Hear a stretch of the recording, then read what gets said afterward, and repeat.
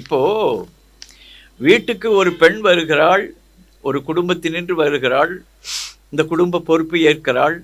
அவளுக்கு துணை வேண்டும் அல்லவா? அதை இளங்கோவடிகள் அவளுக்கு அந்த திருமணமான அந்த கணவன் இருக்கிறானே கொழுனன், அவனுடைய தங்கை அவள்தான் ஏற்றவள் என்று அந்த காலத்திலே முடிவு செய்திருக்கிறார்கள். புதிதாக வருகிற ஒரு மணப்பெண்ணுக்கு வீட்டுக்கு வந்த பிறகு இந்த நாக்குக்கு துணை வேண்டும், பரிமாறிக்கொள்வதற்காக ஒரு ஆள் வேண்டும். அதற்கு வடிவமாக இருக்கிறவள் அந்த குடும்பத்திலே அந்த கணவனுடைய தங்கை.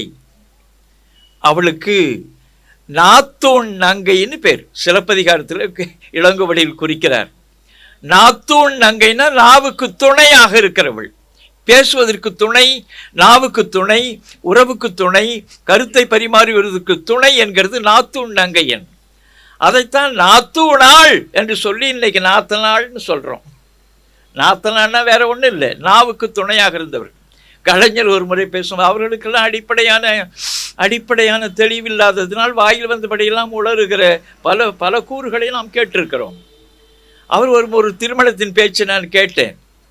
அதில் நாற்று சொல்கிறார். எல்லாரும் அதிர்ச்சி அடைகிறார்கள், புலவர்கள் வாயை திறக்கிறார்கள், தொண்டர்கள் எல்லாம் தட்டுகிறார்கள், கை தட்டுகிறார்கள். நாற்று அண்ணாள், நாற்று அண்ணாள் ஒரு நாற்றை பிடுங்கி இந்த வீட்டிலே நடுவது போல, வயலிலே நடுவது போல, நாத்தனால் என்பதுக்கு அவருக்கு விளக்கம் சொன்னார்.